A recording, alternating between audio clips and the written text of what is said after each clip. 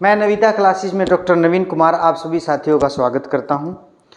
आज हम डिस्कस करेंगे कि जो 30 और 31 दिसंबर को एग्ज़ाम हुआ है सीईटी मेंस का कुछ ग्रुप का, जिनमें टेक्निकल ग्रुप है। मैं बार बार मैंने वीडियो पहले बनाई है, टेक्निकल ग्रुप का जो एग्ज़ाम हुआ है उसमें एक एग्ज़ाम है फायर ऑपरेटर। मैंने उसको अच्छे से जितने भी कमेंट आए हैं उनको देखा है, क्या प्रॉब्लम है, बच्चे किस चीज़ पे डिस्कस कर रहे हैं, और इवन मैंने तो सेंटरों पे जो हैं कुरुक्षेत्र में उन पे विजिट भी किया। कुछ बच्चे मुझे देख भी रहे होंगे कि सर वहाँ पे आए थे, मैंने वहाँ पे विजिट किया था, मैंने देखा था कि रियल प्रॉब्लम क्या है, और ये भी देखने की कोशिश की थी कि वाकई में जो 2 गुना या 4 गुना की बात है या कितने कैंडिडेट आए हैं।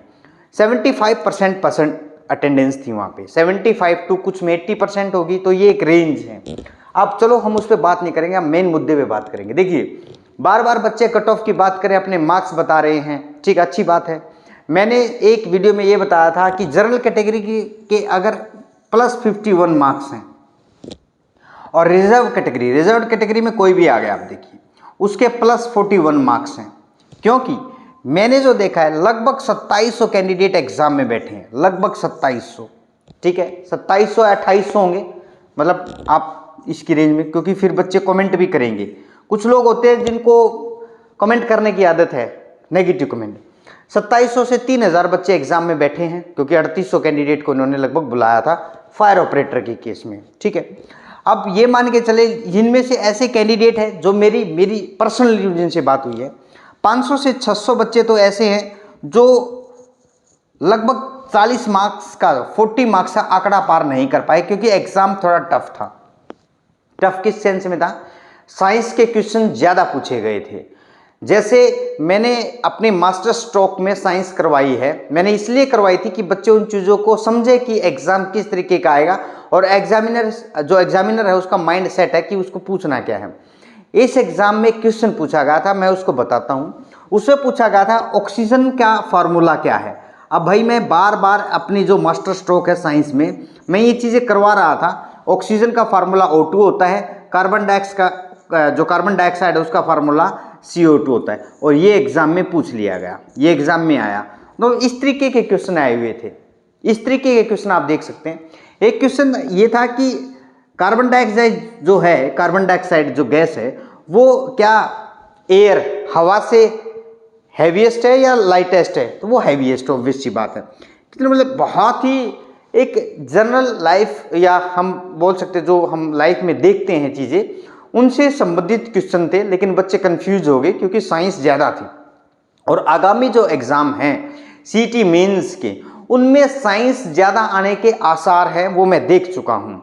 जितने भी टेक्निकल एग्ज़ाम हुए हैं उनमें साइंस का जो पोर्शन अगर आप देखेंगे वो ज़्यादा रहा है, ठीक है। तो आप 6 और 7 तारीख को, अभी एग्ज़ाम की date declare, even admit card भी आ चुके हैं उन कैंडिडेट के, और जो 14 तारीख को डेट डिसाइड की है उसके भी 10 तारीख को एडमिट कार्ड आ जाएंगे। लगभग जो 14 तारीख को एग्ज़ाम है वो 11 ग्रुप हैं, आप उनमें चेक कर सकते हैं, वो टेक्निकल ग्रुप हैं। आज मैं बात करूंगा फायर ऑपरेटर पे, जो बेसिक कोर्स जिस बच्चे ने कर रखा है। अब बेसिक कोर्स क्या है वो सुने। गवर्नमेंट ऑफ इंडिया या गवर्नमेंट ऑफ हरियाणा का अगर कोई भी इंस्टीट्यूशन है, भले ही इसमें ITI है, कुछ बच्चे ITI पे कमेंट कर रहे थे, नहीं भाई, ITI जो है इंडस्ट्रियल ट्रेनिंग इंस्टीट्यूट, ये क्या होता है? ये रिकॉग्नाइज्ड होता है। मैं आपको बता देता हूँ, कोई भ्रम में ना रहे, वो रिकॉग्नाइज्ड है गवर्नमेंट ऑफ हरियाणा से। अगर वहाँ पे किसी भी ITI में, मुझे ये नहीं पता है, अगर किसी भी ITI में फायर ऑपरेटर का बेसिक कोर्स अगर करवा रही है वो, भले वो 2 महीने का या 6 महीने का है, तो वो चलेगा, उसमें कोई प्रॉब्लम नहीं है, ये ध्यान रख लेना। अगर किसी बच्चे के पास बेसिक कोर्स है, बेसिक कोर्स जो फायर ऑपरेटर में है उसमें ये नहीं बता रखा है कि वो 1 महीने का या 6 महीने का या 1 साल का है, तो बेसिक कोर्स है वो लगभग क्या मान के चले 7 to 8 वीक का, 7 to 8 वीक का बेसिक कोर्स होता है। इससे ज़्यादा भी कर सकते हैं, लेकिन मिनिमम स्टैंडर्ड ये होता है 6, 7, 8 वीक, ठीक है। अगर जिस भी बच्चे के पास ये चीज़ है, प्लस हैवी ड्राइविंग लाइसेंस है, तो ये एक बात ध्यान रख लेना, और हाइट उसकी मेजरमेंट के अकॉर्डिंग जो दे रखी है फायर ऑपरेटर प्लस कम ड्राइवर में, और चेस्ट मेजरमेंट का जो रेशियो है, अगर ये चीज़ें मैच करती हैं, अगर ये सारी चीज़ें हों उस बच्चे के पास, मैं वो बता रहा हूँ, उस बच्चे का जो मिनिमम मार्क्स हैं चाहे वो जनरल कैटेगरी में है चाहे वो रिजर्व कैटेगरी में, उस पर भी उसका सिलेक्शन होगा। सुनना, मिनिमम क्या, जनरल कैटेगरी में क्या है 50% लेने हैं आपको, 50% ऑफ योर एग्जाम, जो आपका एग्जाम है। अब आप बोलेंगे कि एग्जाम जो है वो सोशियो इकोनॉमिक को छोड़ के टोटल इतने क्वेश्चन का एग्जाम था, तो उसी तरीके से आप उसका 50% कर सकते हैं। मैंने जनरल कैटेगरी की +51 लगाई है। जिन भी बच्चों के पास ये है और हाइट और चेस्ट मेजरमेंट है, सिर्फ 51 मार्क्स। इससे ऊपर कितने भी हैं ये मैं लिख के देता हूं, ढूंढ ढूंढ के पकड़ पकड़ के आप लोगों को लगाएंगे। अगर मनसा ठीक है सरकार की, अगर पूरी भर्ती करनी है, मैंने ये भी सुनने में आता, लेकिन उसका मेरे पास ऑथेंटिक सोर्स नहीं है कि अब की बार सरकार फायर ऑपरेटर कम ड्राइवर में कम भर्तियां करेगी। नहीं भाई, अगर आपकी मेरिट आती है तो सरकार को करना पड़ेगा, सही है, वो तो करेगी उसको। 51 मार्क्स जनरल कैटेगरी में है और ये चीजें हैं उसके पास, तो भाई अपने वो कहते हैं ना, घोड़े बेच के सो जाना, आपका सिलेक्शन श्योर है, कोई नहीं हटा सकता। अब बच्चे कमेंट करें सर मेरे 56 है, मेरे 57, अरे भाई बोल दिया +51 जनरल कैटेगरी, +51 आपके मार्क्स हैं तो श्योर सिलेक्शन है। भाई 50 पे तो पहुंचे नहीं बहुत सारे बच्चे, चाहे वो जनरल कैटेगरी का हो। आप अपने चारों इर्द गिर्द कुछ बच्चे हैं, कुछ कोचिंग सेंटर हैं जिनमें मान के चलिए अगर 200 बच्चे कोचिंग ले रहे हैं, उनमें क्या है 20 बच्चे ऐसे होंगे जो 50 पे पहुंच गए होंगे, ठीक है 50 पे, तो उन्हीं का आंकड़ा देख के सब नजर मार रहे हैं, नहीं 50 से तो ज्यादा सब, ऐसा नहीं है। +51 पहुंचना आसान चीज नहीं थी इस एग्जाम में। जो +51 पे मतलब 51 पे भी पहुंचा है और 50 वाले का भी आएगा, ऐसी भी हालात हो जाएगी क्योंकि मिलेंगे ही नहीं कैंडिडेट। और जो रिजर्व कैटेगरी है, कुछ बच्चे रिजर्व कैटेगरी के अपनी कैटेगरी लिख के भेज रहे हैं, मैं इस कैटेगरी में हूँ, इसमें हूँ।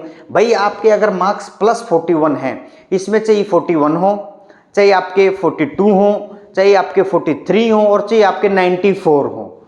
आप कमेंट जो कर रहे हैं, आपके बस इतने मार्क्स चाहिए, इससे ज़्यादा की कोई प्रॉब्लम ही नहीं है, उसका तो श्योर सिलेक्शन। तो ये ध्यान रखना है इसको आपको।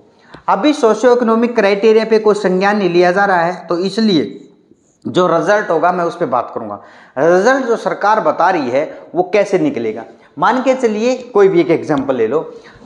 कोई एक एग्जाम हुआ जिसमें बहुत सारे ऐसे बच्चे हैं जो 65 मार्क्स से ऊपर हैं, एक एग्जाम्पल है, इसको पैमाना मत माना, कुछ लोग दिमाग में खराबी होती है उनके, वो 65 से ऊपर मान के बैठ, नहीं, एक एग्जाम्पल के तौर पे।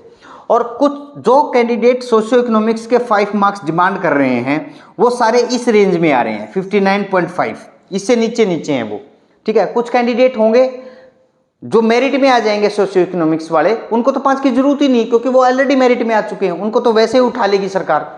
अगर ये कैंडिडेट एक मिनिमम स्टैंडर्ड रख दिया, सभी का आंकड़ा देखा, जितने भी बच्चे सोशियो इकोनॉमिक के मार्क्स डिमांड कर रहे हैं और उनमें हाईएस्ट कैंडिडेट ये है और उसके 5 नंबर लगा के, तो वो उसको देखते हैं कितने पे गया, 64.5 पे गया, लेकिन इससे तो नीचे रह गया ना 65 से। तो ये 65 से एबो जितने भी कैंडिडेट होंगे 65 से एबो, उनका रिजल्ट क्या कर देंगे, वो डिक्लेयर कर देंगे, रिजल्ट डिक्लेयर कर देंगे। अब मैं इसमें आपको एक प्रॉब्लम भी बताता हूं।